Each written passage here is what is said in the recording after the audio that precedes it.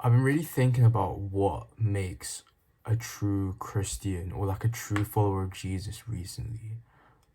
Because I've just been going to a few churches recently and I've been speaking to a few friends, and I think I've noticed some really interesting things. So one thing I want to talk about in that umbrella of interesting things I've noticed is that love has no agenda. That like true followers of God that genuinely love God, that genuinely are seeking the truth, that are after truth and, genuinely love Jesus, separate from religion. They don't have like any agenda behind what they say, apart from love. Like their agenda is love. And this is contrary to religious people because a lot of the time when you go to churches, you see and you speak to people, it's like they have an agenda behind what they're saying. So it's like um they're trying to like see how religious you are, or they're trying to like see how holy you are, or see how well you know the Bible, or like see how good of a Christian you are. Or even okay, this is the interesting thing. Even the agenda of doing Jesus of doing something because Jesus said it. If you see what I mean. So like for example, if like how like Jesus tells us to like say give to the homeless, for example. He probably says that somewhere. I can't remember. Yeah, he does. Right? Because he's like, when you give to the homeless, don't let your left hand know what your right hand is doing. Um like a religious person could be giving to the homeless with the agenda of, oh, Jesus said that in the Bible, and so therefore I'm going to do it. But the thing is, like, a real truth seeker would seek to understand why Jesus said that. Um, and like how it's not about what Jesus says, but it's more about love. And Jesus is teaching us how to like, I guess, be the most loving in this world. And I just think that, for example, for this example, it's like you should give to the homeless because you genuinely want to, out of love, like knowing that, I don't know, like love your neighbor as yourself, like you would benefit if someone did that to you. And like you genuinely do it out of nothing but love. Um, as like contrary to doing it because Jesus, as in like, yeah, doing it because Jesus said in the Bible. Um, can you see what I'm trying to say? Like it's not an agenda of love if you're doing it because it's in the Bible. Like even though it's the right thing to do, don't get me wrong, even though it's the right thing to do, but the agenda is wrong. The motive is wrong. Um, and I think that's what God cares about the most.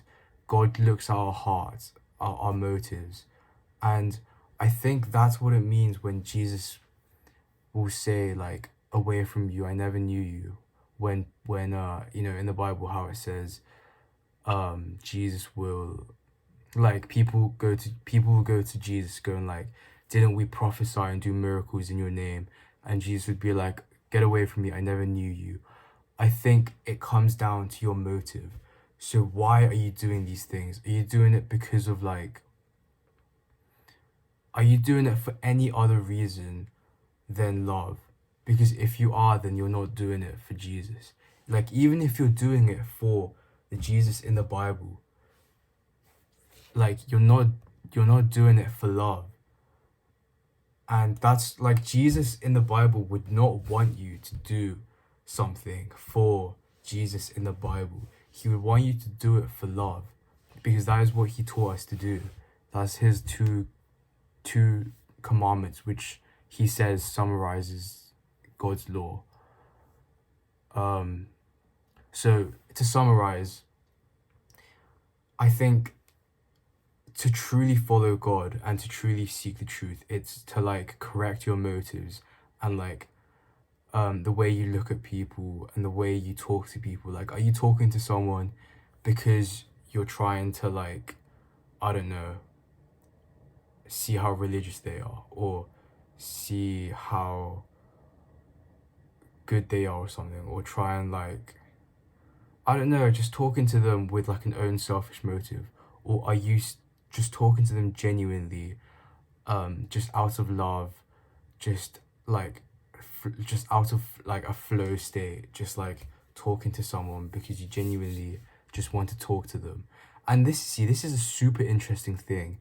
So, um, God's way is always the right way. And it's so interesting because like non-Christian people who seek the truth can also end up with this conclusion.